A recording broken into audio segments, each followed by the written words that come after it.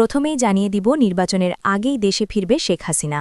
জাতিসংঘের সজীব ওয়াজেদ জয়ের বৈঠক। নির্বাচন হবে বাতিল, রক্ষা নাই ইউনূসের। ভোটের রাজনীতি, মুক্তিযুদ্ধের চেতনা ও ভবিষ্যৎ বাংলাদেশ, ন্যায়, উন্নয়ন ও ক্ষমতার প্রশ্নে কোন পথে দেশ, বললেন সজীব ওয়াজেদ জয়। এতক্ষণ শুনছিলেন সংবাদ শিরোনাম, এখন থাকছে বিস্তারিত। তার আগে ভিডিওতে একটি লাইক দিয়ে কমেন্ট করে জানিয়ে দিন আপনি আমাদের ভিডিওটি কোন জেলা থেকে দেখছেন। অবশেষে দেশের রাজনৈতিক অঙ্গনে বহুল আলোচিত সেই খেলা প্রকাশ্য রূপ নিয়েছে। দীর্ঘদিনের চাপা উত্তেজনা, গুঞ্জন ও অঘোষিত সংঘাত এখন আর পর্দার আড়ালে নেই। আগামী 4 দিনের মধ্যেই ত্রয়োদশ জাতীয় সংসদ নির্বাচন বাতিল হতে পারে এমন আলোচনা এখন কেবল রাজনৈতিক অন্দরমহলে সীমাবদ্ধ নয়, তা ছড়িয়ে পড়েছে রাজধানী থেকে জেলা শহর, চায়ের দোকান থেকে সামাজিক যোগাযোগ মাধ্যম পর্যন্ত। সাধারণ মানুষের মুখে মুখে এখন একটাই প্রশ্ন ঘুরপাক খাচ্ছে, নির্বাচন কি আদৌ হচ্ছে?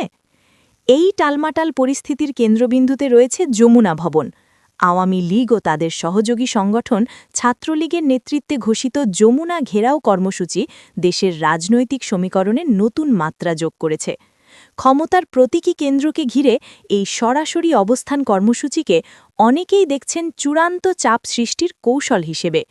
রাজনৈতিক বিশ্লেষকদের মতে এটি নিছক কোনো কর্মসূচি নয়, বরং এটি একটি স্পষ্ট রাজনৈতিক বার্তা, আর কোনো ছাড় নয়, এবার সিদ্ধান্ত চাই। নির্বাচনকে ঘিরে বর্তমান সংকটের সূত্রপাত বহু আগেই। নির্বাচনকালীন সরকারের কাঠামো, নিরপেক্ষতা এবং আন্তর্জাতিক গ্রহণযোগ্যতা নিয়ে শুরু থেকেই প্রশ্ন উঠছিল। বিরোধী রাজনৈতিক দলগুলোর অভিযোগ ছিল বর্তমান ব্যবস্থার অধীনে নির্বাচন হলে তা অংশগ্রহণমূলক এবং গ্রহণযোগ্য হবে না। বিপরীতে ক্ষমতাসীনদের বক্তব্য ছিল সংবিধান অনুযায়ী নির্বাচন অনুষ্ঠিত হবে এবং কোনো চাপের কাছে মাথা নত করা হবে না। কিন্তু সময় গড়ানোর সঙ্গে সঙ্গে পরিস্থিতি আরও জটিল ও অনিশ্চিত হয়ে উঠেছে। এই জটিলতার কেন্দ্রে এখন আলোচনার মূল চরিত্র হয়ে উঠেছেন ইউনূস। রাজনৈতিক অঙ্গনে ধারণা তৈরি হয়েছে তিনি এমন এক অবস্থানে পৌঁছেছেন যেখান থেকে পিছু হটার সুযোগ প্রায় নেই। আওয়ামী লীগ ও ছাত্রলীগের দাবির মুখে তাকে সরাসরি চাপে ফেলা হয়েছে বলে মনে করছেন সংশ্লিষ্ট মহল। যমুনা ঘেরাও কর্মসূচিকে অনেকেই দেখছেন তাকে লক্ষ্য করে দেওয়া এক প্রকারের শেষ সতর্কবার্তা হিসেবে। আওয়ামী লীগের পক্ষ থেকে দাবি করা হচ্ছে নির্বাচন ঘিরে দেশি বিদেশি নানা ষড়যন্ত্র সক্রিয় রয়েছে। তাদের বক্তব্য কিছু বিদেশি চাপ, অভ্যন্তরীণ চক্রান্তকারী গোষ্ঠী এবং স্বার্থান্বেষী মহল দেশকে অস্থিতিশীল করার চেষ্টা করছে। এই প্রেক্ষাপটে যমুনা ঘেরাও কর্মসূচিকে তারা দেখাচ্ছে সাংবিধানিক ধারাবাহিকতা রক্ষার লড়াই হিসেবে। ছাত্রলীগ নেতাদের বক্তব্য আরও কঠোর।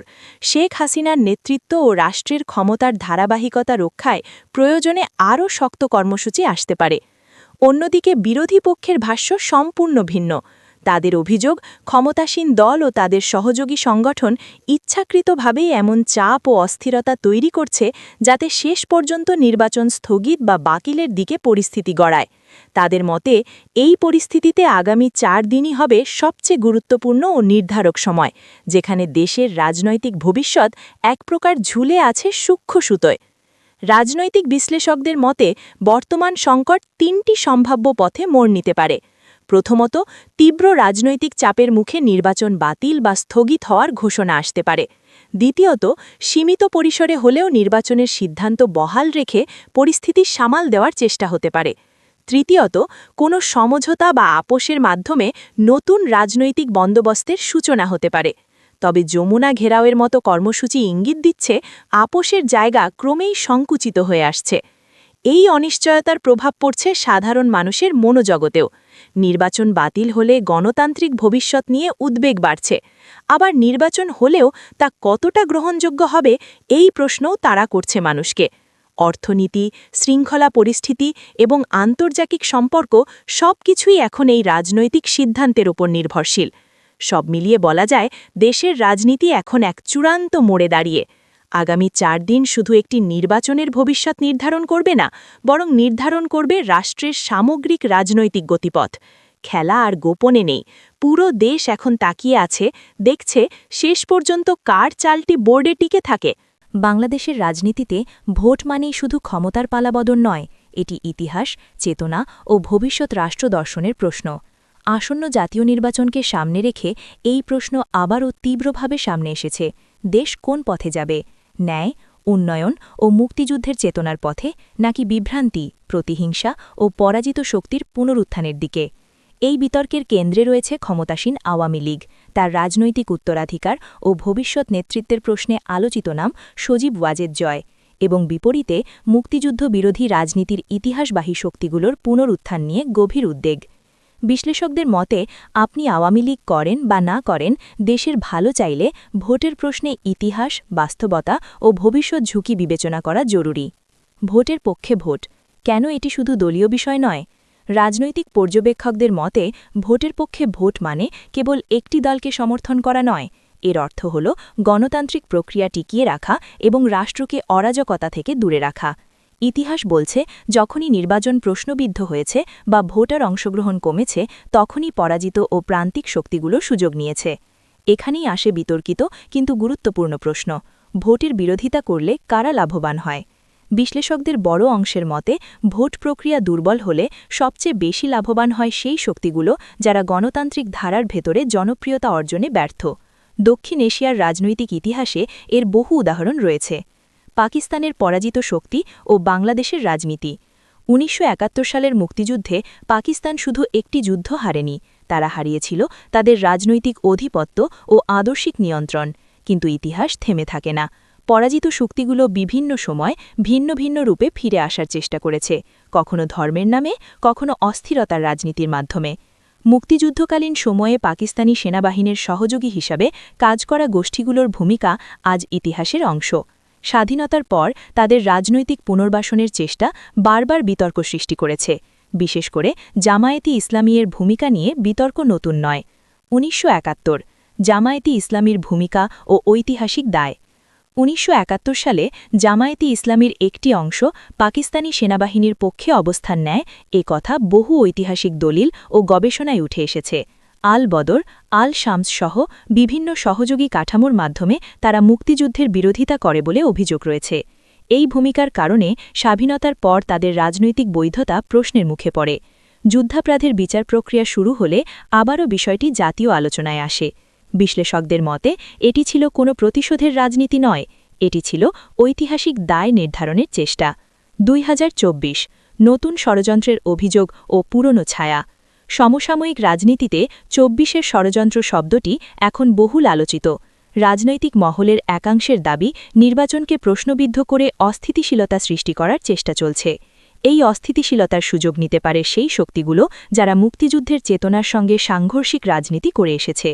এই প্রেক্ষাপটে ভোটের বিরোধিতা করাকে অনেকে শুধু রাজনৈতিক কৌশল নয়, বরং বৃহত্তর রাষ্ট্রীয় ঝুঁকি হিসাবে দেখছেন। আওয়ামী লীগের রাষ্ট্রীয় ভূমিকা, উন্নয়ন বনাম বিতর্ক। স্বাধীনতার পর থেকে বাংলাদেশ রাষ্ট্র গঠনে আওয়ামী লীগের ভূমিকা অনস্বীকার্য। সংবিধান প্রণয়ন থেকে শুরু করে যুদ্ধাপরাধের বিচার, অবকাঠামোগত উন্নয়ন, ডিজিটাল বাংলাদেশ ধারণা, সবখানেই দলটির সক্রিয় উপস্থিতি রয়েছে। সমালোচকরা যেমন দুর্নীতি ও ক্ষমতার কেন্দ্রীকরণের অভিযোগ তোলেন, তেমনি সমর্থকরা বলেন এই দলই রাষ্ট্রকে ধারাবাহিক উন্নয়নের পথে রেখেছে। বিশ্লেষকদের মতে, প্রশ্নটি এখানে নিখুঁততা নয়, প্রশ্নটি তুলনামূলক ঝুঁকির। সজীব ওয়াজেদ জয়, উত্তরাধিকার না নীতিগত ধারাবাহিকতা? সজীব ওয়াজেদ জয়কে ঘিরে বিতর্ক আছে, আবার প্রত্যাশাও আছে। প্রযুক্তি, ডিজিটাল রূপান্তর এবং তরুণদের রাজনীতিতে সম্পৃক্ত করার ক্ষেত্রে তার ভূমিকার কথা উল্লেখ করেন সমর্থকরা। বিশ্লেষকদের মতে, জয়কে ঘিরে সমর্থনের বড় যুক্তি হল তিনি মুক্তিযুদ্ধের চেতনার ধারাবাহিকতায় রাষ্ট্র পরিচালনার পক্ষে অবস্থান নেন এবং নির্বাচন ও ভোটের পক্ষে স্পষ্ট অবস্থান রাখেন। এখানে প্রশ্নটি ব্যক্তির নয়, প্রশ্নটি নীতিগত অবস্থানের। রাজাকার শব্দের রাজনৈতিক অর্থ ও বর্তমান প্রেক্ষাপট। রাজাকার শব্দটি বাংলাদেশের রাজনীতিতে কেবল একটি গালি নয়, এটি একটি ঐতিহাসিক অবস্থানের প্রতীক। মুক্তিযুদ্ধের সময় যারা পাকিস্তানি সেনাবাহিনীর পক্ষে কাজ করেছে তাদের বোঝাতে শব্দটি ব্যবহৃত হয়েছে। রাজনৈতিক বিশ্লেষকরা বলছেন, এই শব্দের ব্যবহার আবেগী হলেও এর পেছনে একটি ঐতিহাসিক বাস্তবতা রয়েছে। সমস্যা শুরু হয় যখন ইতিহাসকে অস্বীকার করে সেই শক্তিগুলো আবার রাজনীতিতে জায়গা নিতে চায়। উন্নয়ন বনাম বাধা, রাষ্ট্র পরিচালনার দ্বন্দ্ব। সমর্থকদের দাবি, মুক্তিযুদ্ধ বিরোধী বা পরাজিত শক্তিগুলো রাষ্ট্রের উন্নয়ন প্রক্রিয়ায় বাধা সৃষ্টি করেছে বা করতে চায়। অবকাঠামো, বিনিয়োগ ও আন্তর্জাতিক সম্পর্ক সবখানেই স্থিতিশীলতা প্রয়োজন, যা পলিটিক্যাল অস্থিরতায় ক্ষতিগ্রস্ত হয়। ভোট প্রক্রিয়াকে দুর্বল করা মানে সেই স্থিতিশীলতাকেই প্রশ্নের মুখে ফেলা। ভোট, ন্যায় ও রাষ্ট্রের ভবিষ্যৎ, এই প্রেক্ষাপটে বিশ্লেষকদের একটি বড় অংশ বলছেন, ভোটের পক্ষে অবস্থান নেওয়া মানেই একটি নির্দিষ্ট দলের প্রতি অন্ধ সমর্থন নয়, বরং এটি রাষ্ট্রকে অরাজকতা ও পরাজিত শক্তির পুনরুত্থান থেকে দূরে রাখার একটি কৌশল।